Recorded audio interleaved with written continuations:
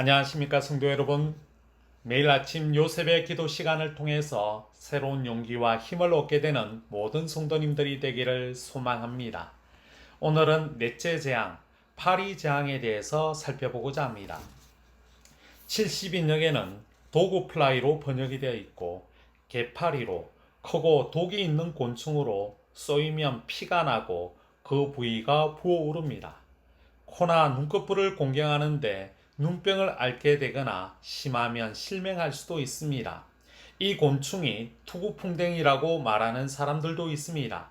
이 투구풍뎅이는 태양신 케프라의 하신이라고 생각되어 왔습니다. 출애굽기 8장 23절입니다. 내가 내 백성과 내 백성 사이에 구별을 두리니 내일 이 표징이 있으리라 하셨다 하라 하시고, 특징은 넷째 재앙부터 이스라엘 백성과 애굽인들 사이에 뚜렷한 구분을 지어 재앙이 애굽 민족 내에서만 임하도록 하셨는데, 그 이유는 재앙의 주관자와 목적을 더욱 분명히 계시하려 했기 때문입니다. 구체적인 시간과 장소와 대상이 밝혀진 것은 하나님의 권능이 바로 이 재앙의 근본 원인이며, 이 재앙에는 바로의 권세를 끊고 이스라엘을 구원코자 하는 분명한 목적이 있음을 밝히기 위함이었습니다. 사단의 구체적인 모습은 바로의 참으로 거절하고 완강하는 그 태도를 통해서 우리는 발견할 수 있습니다.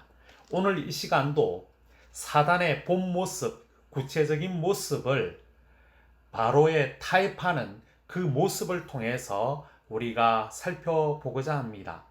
25절에 보면 너희는 가서 이 땅에서 너희 하나님께 희생을 드리라고 말합니다. 파리 재앙으로 인해서 힘든 상황에 직면하자 바로가 만들어낸 타협안은 이 땅에서 예배를 드리라는 것입니다. 이 말은 재앙을 당하면서도 이스라엘을 끝까지 놓아주지 않으려는 바로의 완강한 마음을 잘 나타내주고 있습니다. 부득불 경배를 드리되 장소만큼은 어디서 드리라는 것입니까? 이 땅 안에서, 애굽에서 드리라는 것입니다. 또 다른 타협안은 8장 28절에 나옵니다. 너무 멀리는 가지 말라는 것입니다. 사흘길에 대한 타협안입니다. 출애굽 운동의 목적은 처음부터 여호와를 섬기는 데 있었습니다. 하나님의 계시에 의존하여 하나님께서 지시하는 대로 제사를 드려야 한다는 것이 기독교의 특징입니다. 즉 하나님께 구속받은 백성이 하나님께 감사와 기쁨의 제사를 드리는 것, 이것이 바로 출애굽 운동의 요점인 것입니다. 출애굽기 10장 10절에 보면 남정만 가라고 말하고 있습니다. 자식들은 남겨두고 너희만 가라고 말하고 있습니다. 또한 10장 24절에 보면 양과 소는 머물러 두고 어린 것은 함께 가라고 말하고 있습니다. 하나님의 부르심은 세상으로부터 분리되라는 것이지만 이 세상은 이 땅에 남아서 세상과 짝하기를 권하고 있습니다. 세상과 벗하는 것이 하나님과 원수 맺는 것입니다. 어디에서 신앙생활을 하든 우리 마음의 문제가 아닌가. 그러나 그 생각은 사단의 제안입니다. 우리는 영적 구별이 없는 곳, 저주스러운 땅에서의 예배가 과연 하나님께 드릴 수 있는 것인가? 구별된 백성은 구별된 곳에서 그 하나님께 희생을 드려야 할 것입니다. 안식일에 예배를 드릴 때도 우리는 하나님께서 제시하신 하나님의 성전에서, 교회에서 성도들과 함께 구별된 곳에서 예배를 드려야 하는 것입니다. 우리의 신앙 자세의 대답이 26절, 27절에 기록되어 있습니다. 모세가 가로되 그리하면 불가하나이다. 우리가 우리 하나님 여호와께 희생을 드리는 것은 애굽 사람의 미워하는 바이온적, 우리가 만일 애굽 사람의 목전에서 희생을 드리면 그들이 그것을 미워하여 우리를 돌로 치지 아니하리이까. 우리가 사흘 길쯤 강야로 들어가서 우리 하나님 여호와께 희생을 드리되 우리에게 명하시는 대로 하려 하나이다. 타협 불가능한 신앙생활에 대해서 모세가 말하고 있습니다. 그리스도인의 신앙생활에서 타협이란 있을 수 없습니다. 사흘 길쯤 강야로 들어갔다는 것은 일찍이 하나님께서 약속하신 장소 출애굽기 3장 12절입니다. 즉 시내산에서 하나님께 희생 제사를 드리겠다는 말씀인 것입니다. 28절입니다. 내가 너희를 보내리니 너희가 너희 하나님 여호와께 광야에서 희생을 드릴 것이나 너무 멀리는 가지 말라. 사단의 보다 유력한 제안, 즉 사단의 교묘한 계책과 붙들어 두려는 술수가 이 말씀에 담겨져 있습니다. 신앙생활을 하라. 그러나 너무 멀리는 가지 말라. 하나님을 섬기며 살라.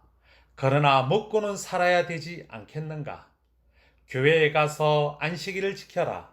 그러나 온전하게 지킬 수 있겠는가? 율법대로, 계명대로 다 지킨다고 구원 얻는 것은 아니잖아. 이런 제안들에 대한 대답은 29절에 나타나 있습니다. 그 모든 것은 거짓을 행하는 것입니다. 하나님의 백성은 사단의 땅에서 나와야만 온전한 희생을 드릴 수 있습니다. 사단의 속임수에 속지 말아야 할 것입니다.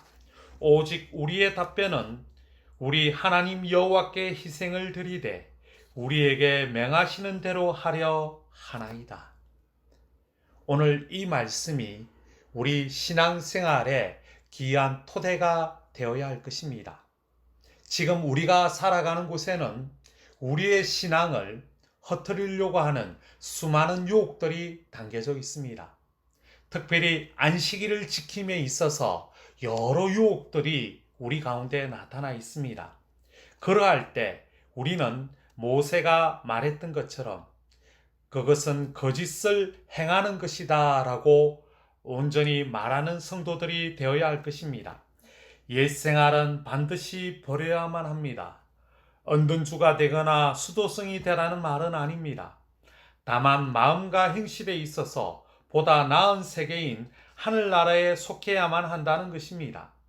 멕시코 난류가 바다로 흐르지만 그것이 다른 바닷물과 구분되어지는 것과 마찬가지로 그리스도인은 이 세상에 살지만 이 세상과 구분되어져야 하는 것입니다. 존 버년의 철로역정에 나오는 그리스도인과 위대한 마음은 허영의 도시를 지나가지만 결코 그 도시의 시민이 되지는 않았습니다. 사랑하는 성도 여러분, 우리는 오늘 이 시간을 통해서 바로의 타협안 4가지를 살펴보았습니다. 떠나지 말고 이곳에서 너희 희생제를 드리라 25절. 떠나가라. 그러나 너무 멀리는 가지 말라. 떠나가라. 그러나 너희의 자녀들을 남겨두라. 떠나가라. 그러나 너희의 소와 양들은 남겨두고 가라. 이 모든 것들은 거짓을 행하는 것입니다. 보조와 선지자 1권 347페이지입니다. 한번 유혹에 굴복한 일이 있는 사람은 둘째 번에는 더 쉽사리 굴복할 것이다. 죄의 반복마다 그의 저항력을 감소시키고 그의 눈을 어둡게 하며 확신을 깔아뭉갠다. 사단은 이처럼 강교한 타협안을 내어놓고 우리의 신앙을 훼손시키려 합니다. 성도 여러분, 사단의 유혹에 넘어가지 않도록, 타협안에 넘어가지 않도록 말씀 은혜 안에서 늘 살아가는 모든 분들이 되기를 소원하면서 말씀을 줄이겠습니다.